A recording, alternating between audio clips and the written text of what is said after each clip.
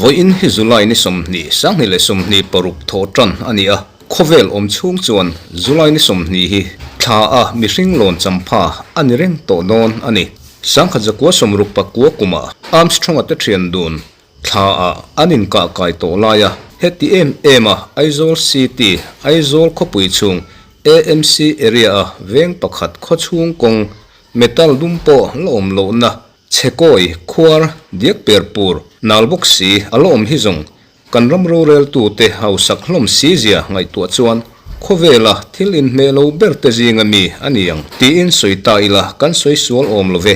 Aizawl kho chung he venga hian chung ko zani vel khosa in thingtlang khonuam tok tak ang ania veng no pang tak kan ti fo hi ani bik to lo bok CMBL te hial po lo ni to ma se Sarkar malak na chet vel na mutur le soitur awang le chimlamin nu chonram kan ni anin ti ain he veng hi nu chon veng ti ila kan soi sul donem ni clear tu te u tuna kan mu chau hi anilo ania thlan mol kong te hlei hi kho chung tho ania engpo ni se veng chung kong hi a thalai a om banglo ani bere tuilon kor la ni se tha abar a om lova chuwang chu ani ange ni kumpo khan amol mola achet ni kan sarkar chak tak ni pui sarkar kan CM le a minister te MLA te hian he veng nu chon veng hi tlove te u Burma khosiper ang main veng chung welfare in kalwat le tuilon kor le adang te veng chung poisa tho khomin an siam tluk mai zong ani hi ole soituratam du tokila tuna chuan a hmuna kan kalchil na video I han clear ho teng u helai kalwat te hi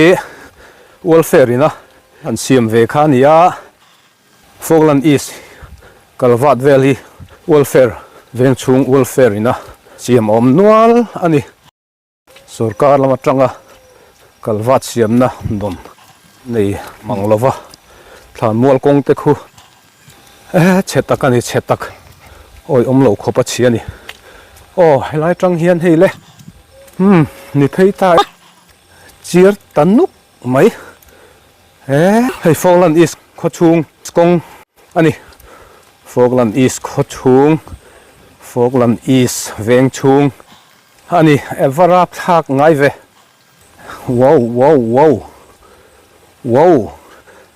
eng lir thei ma for hui lo chu kal chi ani lo van rap thak ngai ve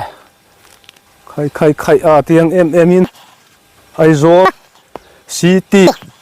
kho chunga veng chunga he tiang ang kong chia hi alo omani mo van rap thak ve khai he tiang em hian alo rap thak ani mo hei helai te na la sia hei keipo ka kal theng em tol thu em long chumo sir dewa hian kal teng hei Fogland East veng chung kho chung kong ani hi thingtlang a po kho chung a chuan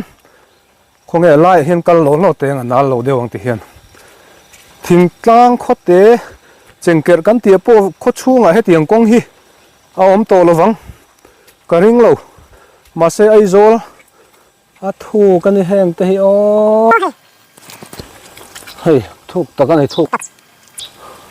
he tiang kong hi thingtlang a po kho chung a chuan a om kher ka ring kan lo nge Fogland East hi sarkar hian aron a om tian hre nge veng chung kong he tiang em kong han nei chiat mai chu Aizawl city kho chunga kan om ve han hoi le tila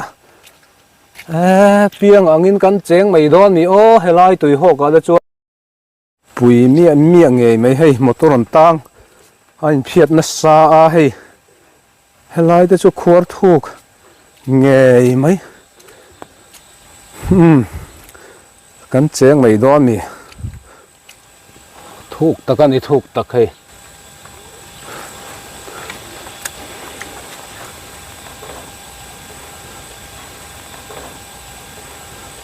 ti chuan helai hi oi me tui khur ani helai hi veng chak chho na tur ri ruang ri ruat ani a maro chu development om lova kong siam thei ani lova nakina chuan mi ho sain anon salenga kong po hi tlang le lo mai thei chu tiang vel chu ani helai hi kalwat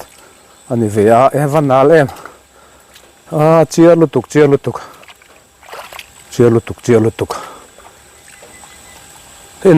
en phê zelang hui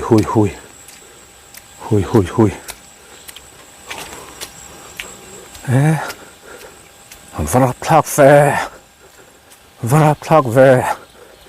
helai phê hi ti hian veng chung hi so lai pia thleng so in engemaw zat a awm zana te pawh anon Inkhawm theilo ani ti top mayang kal ngai na om lo two wheeler lir thei engma kalna chian sil hoi son tlung lei nal rapthlak lutuka kal chi ni lova an Inkhawm theilo top ani ke a anon kalpon ke longa kalanga ya khatiang chung khachuan Inkhawm a harsa ni hei le helai hi chu tlemin anan noa thalai kha tlemin lo zia de en thazel te ang ka ke chu van en thazoi te ang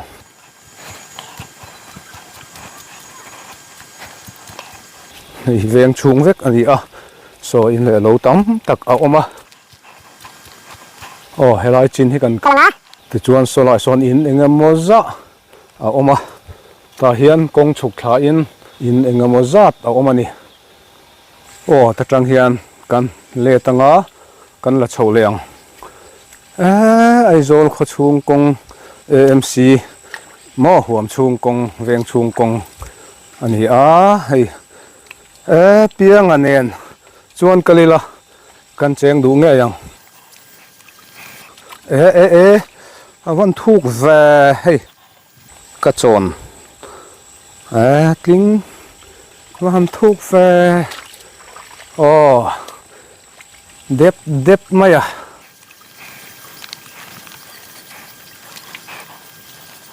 wow rapthlak deuh ve khonge hei hi Aizawl city veng pakhat Fogland East kho chung kong ani chu hetia video en ai hian a khuar thuk pui lutuk hei khai taxi thei chu kal ngai na om lo ma khuar thuk lutuk khai hui soi ngai na om lo kan soi to ang khan helam veng tan phei chuan Inkhawm lo phah nan an mangani hei kal ngai na om lo khuar thuk lutuk lai phei chu an Inkhawm thei talo ani lomana kal ngai na om lo two wheeler tan kal ngai na om si lo sir ti don la nal son tlung lei ni vek boxia ti chuan heta tang helai ta hi van khuar thuk ngai em pick up po ai rut na sakhop maya kal chhun khonge in hoilet lok heti ti chuan kan chho helai vel hi kan en chho ang hei khuar rapthlak hei motor amat gat te pot la ni eng mat gat tak niang mo pick up lo chukal theilo vat vel aniang Aizawl city veng pakhat kalkong kho chung kalkong ani hi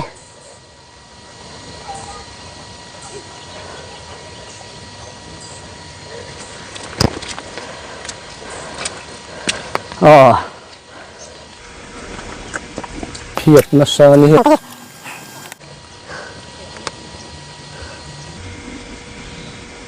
dek na khur